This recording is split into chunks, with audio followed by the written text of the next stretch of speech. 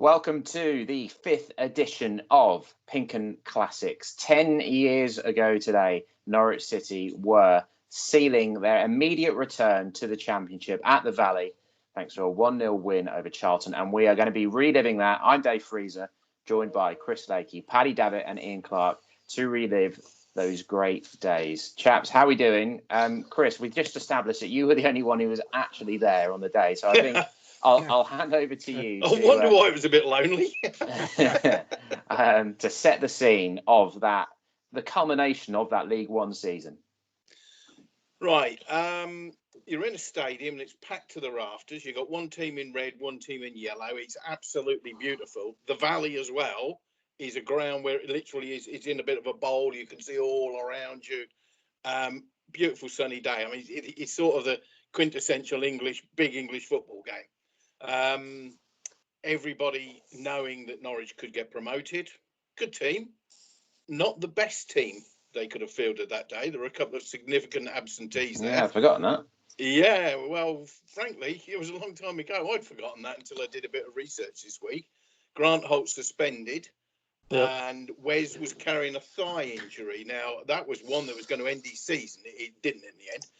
But it was a squad that I think we all know what Paul Lambert's strength was with that squad. It was a squad that was up for that game, no doubt. You'll see that there were two heroes on the day, though. Two very, very significant players on this day. Michael Nelson, not giving away any secrets here, I'm sure, the goal scorer. But just behind him was a guy who I loved as a goalkeeper, Fraser Forster, who brought out the goalkeeping manual for this game. Absolutely tremendous performance. And as much as anybody that day to secure promotion. Absolutely. Right. A little bit more scene setting for you then. In general, April 2010, Gordon Brown was Prime Minister. The volcanic eruption in Iceland was causing major problems for air travel. And This Ain't a Love Song by Scouting for Girls was #1 in the charts, which I have no recollection of at all, but apparently it was #1. In football terms, Fulham were on their way to being Europa League runners-up. Chelsea were holding off the challenge of Manchester United as they closed on the Premier League and FA Cup double under Carlo Ancelotti. Newcastle were bouncing back as Championship champions under Chris Hughton, and Ipswich were on course to finish 15th under Roy Keane in the Championship. Another great season there. What they'd give for that. Yeah. We've got an interloper Lakers behind you. There's a cat on the pitch. It's all over. Yeah, we need Johnny. We need Johnny Howson. I caught her watching football a couple of times, to be honest with you, on the telly. So she's probably just waiting for kickoff. She's learnt well. So, Clarky, where were you when this was all playing out at the Valley? I was actually playing cricket that day and following it as close as I could on various forms. I'd been the previous year, that horrible Valley day, I'd actually been at Carrow watching the beanbag. So that was pretty... I've got an interloper as well. The dog's just come in. Where is Johnny Howson? Yeah, so but no, I was playing cricket for it would have been Beatley then, back 10 years ago. But I have dug out the old 2010 shirt, so a little bit of recollection from 10 years ago. Excellent. Pad, can you remember where you were? Not definitively. I'd have to check back, but by process of elimination, I would have probably been covering a Lynn game.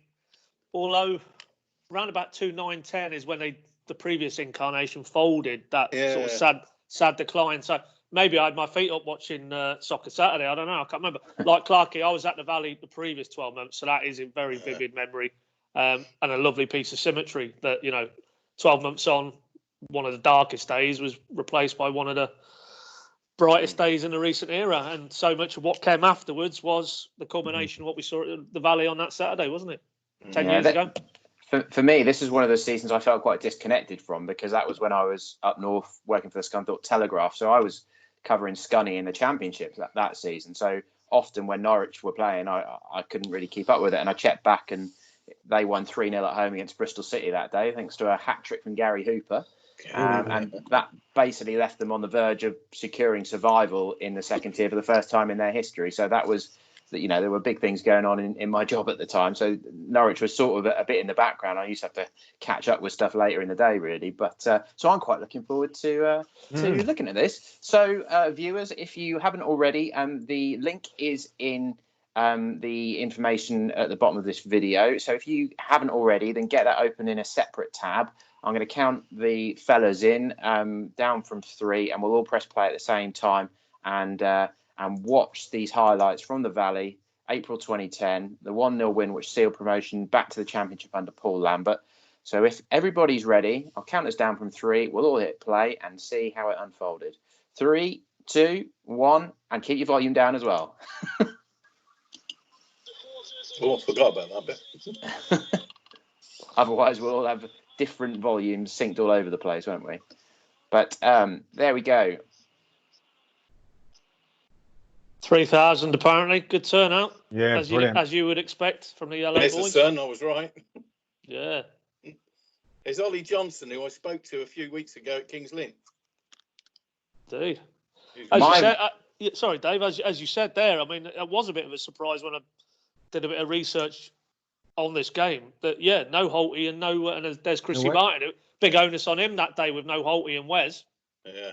Absolutely. And this was this, of course, was the season when Leeds were well clear. Was it 15 points clear at the top? And they were at one stage, yeah.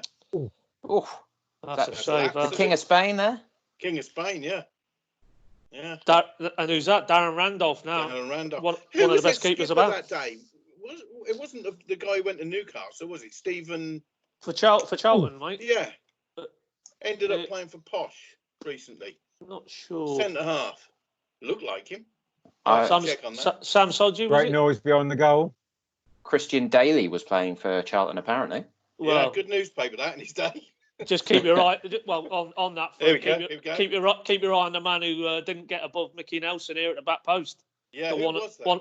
It was Christian Daly. Was it? Didn't get off the ground. Bang. Look. There we go. Yeah, what a corner from Lappin. Brilliant corner. That was only going one place, wasn't it? And he reacts to it so calmly. He's almost just like, whatever. Yeah. Yeah, but it was fairly early on, I guess. 34 minutes, they probably thought there were going to be a few. It wasn't like 13 minutes from time or something. Those are the great scenes, aren't they? That's what it's all about. We won't get into it now, but obviously we're all talking about having to watch football behind closed doors. This is why you don't want football behind closed doors, isn't it? Yeah. That reaction behind the goal. Yeah. To be fair, he's not all over Daly, is he? He's jumped well. Daly's not jumped. It did help him a bit, but it's a centre half goal, isn't it? Proper goal.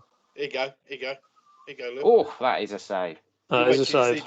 One of what, Chris? One of 6 or 7 saves? Well, about 3 from the lad Bailey, which is a bit rude. Because the lad Bailey really, it was him. Look, have a look at the wrist. That's a strong wrist, that. Look at that. Do you remember the Paolo Di Canio goal for West Ham? Not yeah. Quite, but that area of the pitch, wasn't it? Yeah. When he hit it flush on the volley, but for me, this is the best save for me of them all. Look at that. Big gloves. There is another one coming up though that really big gloves. Sorry, I only just heard that. He wasn't just a shot stopper there. He was quite a wise goalkeeper, I think. And there's one that comes a little bit later where you'll see he does absolutely the right thing. It's strange how he sort of he's gone out of fashion, hasn't he? Almost as a keeper, a bit like John Ruddy did, in that it's like he's considered too big now. But he was brilliant that season. Here you go. See what he does. Look how far out of trouble he's put that ball. Yeah, proper parry. Almost to the corner flag. Got to be honest. I got to be honest. That was a bit for the cameras for me. Look, he's there all the way. I just think he's there all the way. I just think he's. I don't know. A game like this, I don't know. You worry about the cameras. I just think he's done everything he took good to keep out of trouble. Oh yeah. But I think he didn't need to go flying Superman style on it. But we'll allow him that, given the brilliant saves he made before. I got his number if you want to ring him up and have a go at him. Oh, I wouldn't do that. No, like you say, he was. Any side that goes up, you need a top draw keeper, don't you? And he was. Strength. Chrissy Martin. It's pretty. Let's be honest, though. It's pretty average fare from a purist point of view to football. I know there was a lot of riding on the game, and you can look back with rose tinted, but that was very functional football a lot of the time, which was what you needed to do to get out of the third tier, wasn't it? Yeah. It was a sensible approach to it all, wasn't it? And there they are. The scenes, eight the months relief. and 9 days since that 7-1. I think you wrote in your piece, Chris. Did I? Yeah. There's been so many pieces gone through the head. Yeah, it was a while. So am I right? There was only 2 that were in the Valley team the previous year. Gary Doherty and Darryl Russell. Yeah, and I think Cody was on the bench for both, and I think he got on in one and not the other. Yeah. And Nelson was on the bench in the first game, wasn't he? I think that was right. Yeah. I mean, you look at that first game, and I can't remember the lineup off the top of my head, but there were journeyman loan guys like David Mooney and Leia. I think Adrian Leia was in that one. Well, actually, I scribbled it down. It was the relegation game was David Marshall, Simmerbohr, Doherty, Leisure, Shackle, Smith, Russell, Klingon, Lee, and Mooney. Who was the one before Cullen? Klingon. Sammy Klingon. Sammy Klingon. Yeah. Oh, he was a good player. I quite like that. It could have been you. Yeah. But, Sammy I mean, Stephen Smith, as soon as he got to Norwich, always felt he didn't want to be there. Yeah. Zemmerbohr breaks on the halfway line. One of the quickest players I've ever seen. Very quick player, but that was a terrible day there. I remember we weren't using any license. I remember Corey Smith and the tears in his eyes. When you do your press interviews at Charlton, you go through an area where they park the bus. Sounds obvious, but the team coach is parked under the stand. The trouble is, you have to hang around near the team coach to do your interviews, and they leave the engine running, and it's a life or death situation. I tell you, it's horrible. Smoke everywhere, and I think there was a bit of an excuse for Corey's eyes watering up that day. Yeah. But a year after, it was a lot better. Yeah, I mean, on that occasion, the sad occasion, I had to interview David Marshall post-match, and the thing with him was he moved on. He was about the only asset they had. He was probably going to have takers. So that was a very surreal interview because you've got this kind of disappointment, but he knew and we knew that he wasn't really going to be part of the fight back. So he probably already knew where he was heading on in that summer. I think he got sort of fairly roundly criticised for getting on his bike pretty sharpish. Oh, he didn't hang about. I guess there were a few, but a lot of them were lone players who went back. But yeah, fantastic to have the juxtaposition of going down one year, but going straight back up at the same venue. I've just had a look back as well. Charlton really had something to play for that day as well, didn't they? Because they only ended up finishing 2 points behind Leeds in fourth, so they then went into the playoffs but didn't go up. So they really needed to take that game seriously. Norwich had to turn up and play well, as we said, without Grant Holt and Wes Houlihan. So it's not easy. But Clarkey, obviously, the title celebrations eventually followed. And the one thing I remember from that, coming back to Fraser Forster, is Fraser Forster one more year. That was the chant, wasn't it? Absolutely, yeah. Because there were still 3 games after that, weren't there? I think 2 we won, and the last one, which I think everyone was probably hung over, was a defeat. But and I think we ended up finishing, was it 9 points ahead of Leeds, having been 15 behind, as you said, Lakers earlier in the year. So it really was a heck of a run during that sort of bulk of the season. Once we got over those early problems, and I think it was 95 points as a finishing total, which is I've got the table here, boys. I mean, the interesting one there is they lost as many games as Millwall, lost more than Charlton and Swindon, same as Southampton. But what they were was an absolute winning machine. 29 wins out of 46 games. Four more than anybody else. Leeds nearest to them. So, they didn't draw too many, but you could afford to lose a game or two if you had that. And, of course, they did. They had the Holy Trinity, didn't they, at the top end of the pitch, which allowed them to always be in with a chance of winning a game, which they did that season. And that was the season that Southampton started with a 10-point deduction, didn't they? But they nearly ended up getting in the playoffs. So that was probably on Norwich's side to a certain extent as well. But Norwich should never have been relegated, should they? The season before had just imploded. They shouldn't have been going down in the first place. And they did show a bit of fight under Gunny at times. They showed they were good enough to stay up, didn't they? Yeah, I think that there was an attitude problem. Personally, I don't think it was the skill of the players. I don't think it was necessarily Gunny's fault. I just think it was all a bit soft. And certainly wasn't soft when Lambert and Culverhouse came in. I think And it was that they, momentum, wasn't it? I remember that sort of later part of that that season when we went down. It just kept getting worse and worse. The mood Yeah. dropped. The fans. It was I like remember that Reading quicksand, game that wasn't we it? lost 2-0. I think that was the one before the Charlton game, where pretty much we knew we were going to go. That was one of the worst atmospheres. One of the sort of the spikiest atmospheres I remember at Carrow. That was awful. Did Alan Lee play in the game at Charlton when they lost? He played in the original There one. you Yeah, go, then. That's it. Well, there you Right in go. the camp, mate. Yeah. The infiltrator. Right. I think The that'll do, infiltrator. chaps. Thank you very much. And thank you very much for watching. We'll be back with another Pinkun Classic next week.